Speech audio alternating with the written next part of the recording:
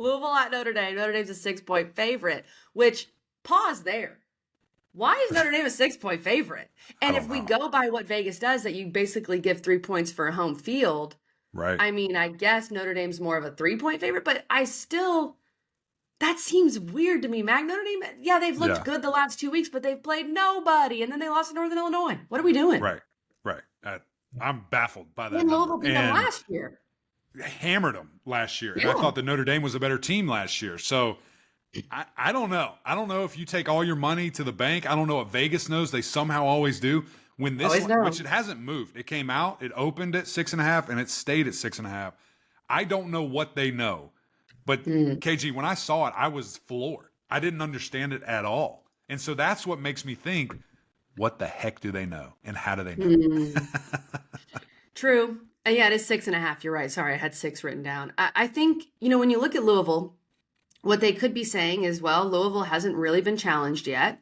They played Georgia Tech. They handled Georgia Tech, and then the other 2 games, But Notre Dame, they played at Texas A&M. Texas A&M is not very good like normal. And then the other games, Northern Illinois, I guess, challenged them. I like this good news for Louisville, Mac, that we're seeing that Colin Lacey is most likely a game-time decision, hopefully going to play. That adds another big weapon for Louisville. I know they're excited about him at the wide receiver position.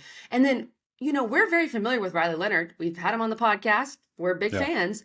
It just feels like the offense hasn't really been humming yet. He just threw his first touchdown pass last week. That's crazy. Now, he's been running the ball like crazy, and he's their leading rusher last week. But I don't know what to make of Notre Dame, and I feel like this Louisville defense, I'm trying to think. I feel like Louisville has played Riley Leonard before. Maybe not, honestly. Last year. They did. They played him last year. Great. Yeah. So they're familiar.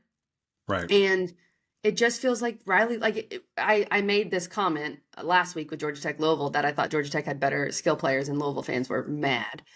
But with Lacey back, even without him, I feel like Louisville has the better skill players in this matchup.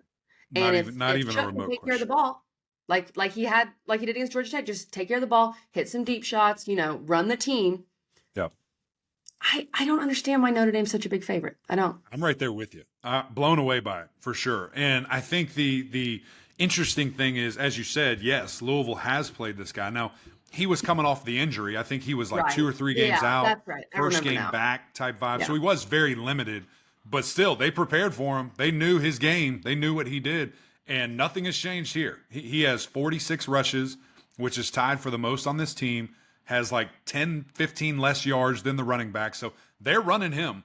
You got to have a plan in place where he is running the ball a lot in this game. Let me look up I wonder what the most yards he's had in a game, or most attempts that he's had in a game, because it's literally like a running back. They're going to run him. So 12 carries. So he's literally had 12, 11, 11, and 12 in every game. And he has back-to-back 100-plus yard rushes here with 3 and 2 touchdowns. He's running the ball, Louisville.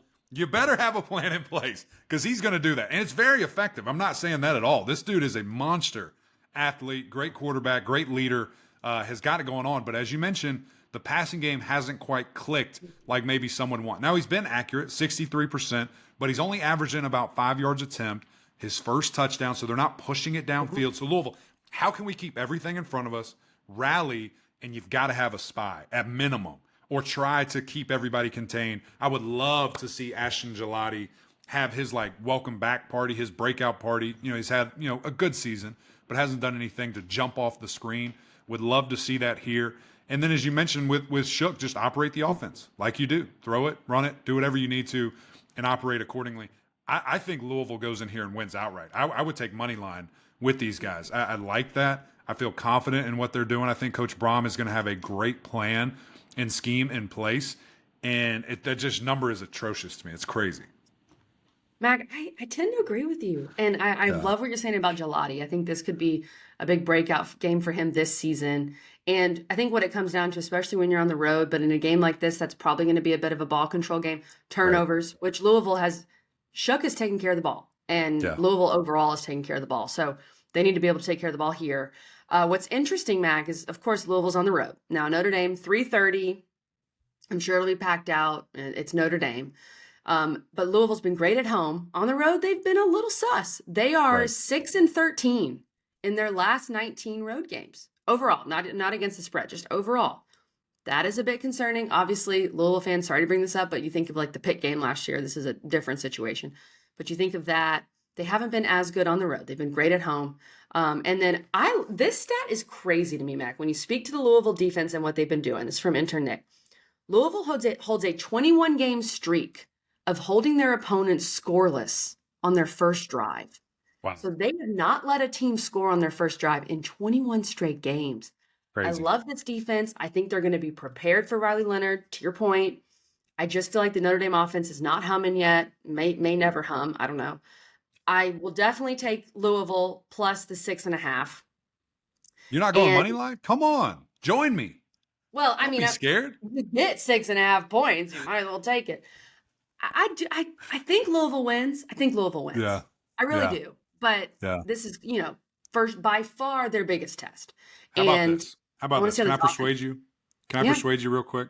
Talk to me. What, how, and why did Louisville lose at Pittsburgh last year? Do you remember? Do you remember why? Well, everybody got hurt in warm-ups, and the field was atrocious. Why was the field atrocious? What was the field? Well, their field is grass, right?